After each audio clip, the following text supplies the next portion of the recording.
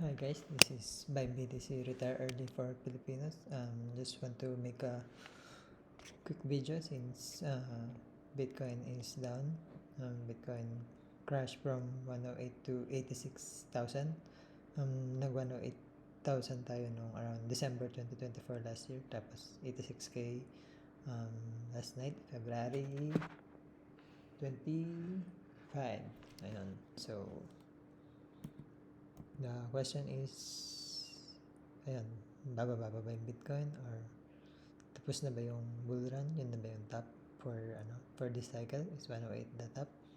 And we will try to answer those in this short video. And yung mga pullback na ganito, 20 or even higher, 20% or even higher, 30% is normal during the Bitcoin bull market. Ito, tingnan nyo itong tweet na ito. This is from 2017. Ito yung mga pullback na nangyari. Almost 30% or more. Wala akong mahanap ng 2021 bull market kung magkano yung kung ilang percentage yung mga pullback, but this one is from 2017. So kung makikita nyo, normal lang talaga yung mga pullback na ganun, 30, 20%. Wala pa ako sa Bitcoin ng 2017. Nag-start na ako nung 2022. So ayan, na-experience ko rin yung pullback from nung bull market. Yung bull market nag-start nung October 2022 in my opinion, ang date na yan. So ayan, nag-experience ko yung from 30k to 20k, tapos yung mga naalala ko 49k to 39k yata nung somewhere around December 2023 or January 2024. Tapos another one na notable is yung 74k nung March 2024 hanggang 49k nung August. I don't know kung August or September, basta bumaba yung Bitcoin ng 49k nung September ata yun. That was from the highs of 74k noong March 2024. I took the opportunity to buy noong bumaba yung Bitcoin ng 49k. I don't know if that was August or September, but I wrote about those in my Substack. I will link that below, yung kung anong binili ko nun. And ayan, the question, tapos na ba yung bull market? Yung 108k na ba yung top? Of course, my personal opinion is, no, it's not over. Of course, this is not financial advice. I could be wrong. It may be over. I don't know. No one knows. But to me, it's not over because ayan, the global liquidity has not yet peaked. Ano ba yung global liquidity? Ako naniniwala ako dun sa theory na yung Bitcoin follows yung global liquidity cycle. So yung concept ng global liquidity cycle is, and every 5 to 6 years, kailangan mag-roll over ng debt ng mga central banks, ng mga private companies, and basta karamihan doon is central banks because yung central banks and governments, marami silang debt na kinikerry, and there's no way na mabayaran nila but to issue debt. So yung global liquidity, pag nagkakaroon pag nagpipik yung global liquidity, ibig sabihin mas marami yung nagiging debt, mas marami na in short, mas marami yung napiprint na pera, and karamihan ng pera na yun is napupunta sa mga risk assets kagaya ng Bitcoin. Kumbaga, the simple analogy is, yung simple analogy ng global liquidity is basta dadami yung pera. Pag dumami yung pera, syempre mag-flow yun sa mga scarce na assets tulad ng Bitcoin, stocks, etc. I follow si Michael Howell from Cross Border Capital. I think siya yung pinaka-leading analyst about sa global liquidity. Hindi ko alam paano ko siya na-discover or nakita somewhere in Twitter, but to me yun yung nagme-make sense kung bakit meron tayong 4-year cycles. Kasi ayun, pinapakita niya rin sa mga chart niya na may correlation na yun nga, yung global liquidity with Bitcoin. Medyo complicated yung yung computation ng global liquidity, tsaka unique yung analysis niya. Karamihan ng ibang analysts, ginagawa nilang proxy for global liquidity is yung M2 money supply. So ayun, parang money printing din. More money printed, Bitcoin go up, ganun. So based sa projection ng global liquidity, we are not yet dun sa pinaka-peak nung money printing for this cycle. And ayun, syempre, dahil cycle yun, bababa din or magkakaroon ng debt or refinancing. Yun yung usually bumababa naman yung global liquidity. Yun din yung yung expected na downturn naman nun is around 2026 or 27 naman. So inline siya talaga sa Bitcoin cycle. So I don't know if that's the reason, that it's a theory. No one knows. Again, not financial advice, but to me, I subscribe or believe to that theory. Of course, that could be wrong. It's possible na yung top ng Bitcoin is this year 2025 around Q4. Minention ko rin yun sa aking previous Substack Bitcoin price prediction article. I will link it down below also. It's possible din na after nun baka walang bear market na walang dahil nga yun merong strategic Bitcoin reserve, nation states are buying, etc. No one knows the future. Pero balik tayo dun sa Bitcoin dip. Why did Bitcoin dip? Bitcoin is a volatile asset. Ibig sabihin ng volatile is mabilis siyang tumaas, mabilis din bumaba. Unlike ng mga ibang assets tulad ng fixed income, yung mga bonds, ganun. Yung cash, walang volatility kasi kung may 1,000 ka, 1,000 palagi yun. Yung bonds, medyo mayroong volatility. Yung mga stocks, meron din. Pero yung Bitcoin, yun yung pinaka-volatile. Ibig sabihin lang nun, mabilis siyang bumaba ng malaki, mabilis siyang tumaas ng malaki din. So, bakit volatile yung Bitcoin?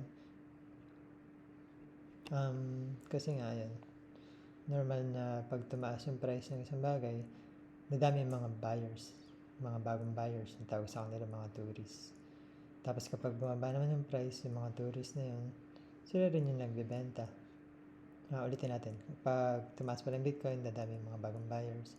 Kapag dumadami yung bagong buyers, tataas yung price. Tapos pag nagkaroon ng kunyaring reason para magkaroon ng sell-up or bumaba yung price ng Bitcoin, yung mga tourists na yun, sila rin yung unang magbibenta. Tapos dahil marami silang bumili, marami rin silang magbibenta, bababa yung price.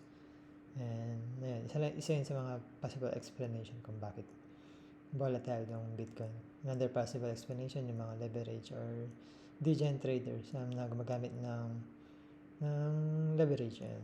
Kasi pag yung mga leverage traders kasi kapag bumaba yung price na margin call sila, kailangan nila magbenta. Ayun, pag lalong dumadami nagbibenta, mapupush lalo yung price. And ayun nga, volatile yung Bitcoin kumpara sa ibang asset kasi Bitcoin is traded 24/7 globally. Walang ibang asset na ganun. Yung stocks, hindi sila open 24/7 at saka hindi sila traded na ganun. Tsaka yung Bitcoin is the most transparent asset kasi makikita mo talaga yung mga moves ng Bitcoin on-chain. Walang ibang asset na ganun. So, bababa pa ba yung Bitcoin? Bottom na ba yung 86K? And the short is, siyempre, I don't know. No one knows. But I think buying the dip is not the worst thing you can do. Kung bumili ka ngayon, of course, not financial advice. We can still go down. I don't know where is the dip. Personally, if I have money, I will buy, but I don't have because I already bought most of my cash are already converted to Bitcoin since 2022. Pero kung bago ako sa Bitcoin ngayon, I will just buy. And ayun, siyempre personal naman kung yung decision to buy, kung magkano, ganun. I suggest just study Bitcoin. And kung nahihirapan kayo i-grasp yung volatility, kung nagpapanik kayo, that's speaks to something. Ibig sabihin, kailangan nyo pang mas aralin kung ano yung binili nyo. And then, just accept the fact na normal talaga yung volatility, lalo na sa Bitcoin. And it's not the worst thing. I mean, to me, advantage yung pagiging volatile ng Bitcoin. I will tell why later. Ayun na yun, kung di mo alam kung bibili ka talaga, or kung nagpapanik ka, kailan bibili, kung mataas, mababa ba yung price. Ayun, just DCA. Kung sumasahod ka every 2 months, every 2 weeks, just buy as soon na pumasok yung sahod mo. Don't look at the price, just buy every time na magkaroon ka ng extra savings. I know that's hard to do, but that's the best thing you can do and have a long-term outlook. Volatility is the test kung deserve mo ba yung Bitcoin. Ayan. Kasi nga yan, volatility, shake out the tourists. Ayan, yung mga bumibili lang dahil sa hype, dahil sa greed. Ako nag-start din ako bumili ng Bitcoin dahil sa hype and greed. Kasi noong 2022 ako nag-start, almost end nung bull run yun. Price noon is 2021, mababa ng 69k, tapos mababa ng 50k, 40k nung March 2022. Doon ako nag-start bumili kasi ayan, FOMO, greed. Kasi nanonood ako ng basketball noon ng NBA, tapos nakikita ko ang daming commercials about sa Bitcoin, sa crypto, tapos yung naisip ko, kung may mga commercial na itong Bitcoin, crypto, ganun, ibig sabihin baka legit na to. Tapos ayun, nag-start ako mag-research, tapos ayun, like ng karamihan ng mga bago sa crypto, bumili rin ako ng ibang crypto aside from Bitcoin. Pero ayun, buti na lang nag-aral ako mabuti ng Bitcoin. Na-realize ko na there's no second best. And karamihan ng crypto are scams. Not naman scams, but karamihan pump and dump, and karamihan held by insiders. Hindi sila proof of work. So, hindi sila ganun ka ethical. Ayun. And nabasa ko yung book na Bitcoin Standard. So, yun nakatulong para ma-realize ko na mas maigi mag-focus lang ng energy, attention, and money and investment sa Bitcoin. Pero, tapos ayun, March 2022 hanggang October 2022, bumaba rin yung Bitcoin ng as low as 15k. Tuloy-tuloy lang akong bumili kasi ayun, alam ko kung ano yung binibili ko. So, kahit bumaba yung worst unrealized loss ko is 50%. Ibig sabihin nakalahati yung aking investment. In paper loss lang naman. Kasi syempre yung volatility, as long as hindi ka nagbenta, hindi mo mabubuk yung loss, hindi mawawala yung pera mo. So, just ride it out. I believe 86k, kahit bumaba pa ng 70k, tataas pa rin naman yan. Not 100%, pero it will. So, ayan. Nag-start na akong bumili. Nagtuloy-tuloy lang din akong bumili ng 15k hanggang pataas. Last time I checked, yung cost basis ko is around 35,000 US dollars. So, ayan. It will pay off the longer na mag-stick ka sa Bitcoin, the longer na maintindihan mo, matututunan mo i-handle yung volatility. Tsaka ayun, nothing goes up only forever. Kung dire-diretso lang na pataas yung investment, probably scam yan. Kung alam niyo yung Ponzi scheme ni Bernie Madoff, yung chart niya is up only, walang pababa. So, ayan. Tsaka ganun talaga yung law of nature. Gravity, bababa talaga bago tumaas. Ayan, parang buhay lang din, hindi laging masaya, hindi laging pataas. Kailangan mo rin yung mga pababa, yung mga pagsubok para mas maging strong. Ganun din sa Bitcoin. And volatility is not risk, tulad nga nung nasabi ko kanina, yung loss of capital, yung tunay na risk. Magkakaroon ka lang ng loss of capital kung nagbenta ka. So, for example, bumili ka ng isang Bitcoin at 108,000 US dollars, bumaba ng $86,000, nagbenta ka, loss mo na talaga yan. Pero kung hinold mo lang, hinintay mo na tumaas, and I believe tataas pa rin yan, ayun, hindi ka magkakaroon ng loss. And yun, kung nahihirapan ka talaga sa volatility, kung kinakabahan ka, or kung nag-worry ka kasi bumili ka ng mataas, yun, best thing you can do moving forward is yung dollar cost average ng weekly, monthly, daily, or whatever.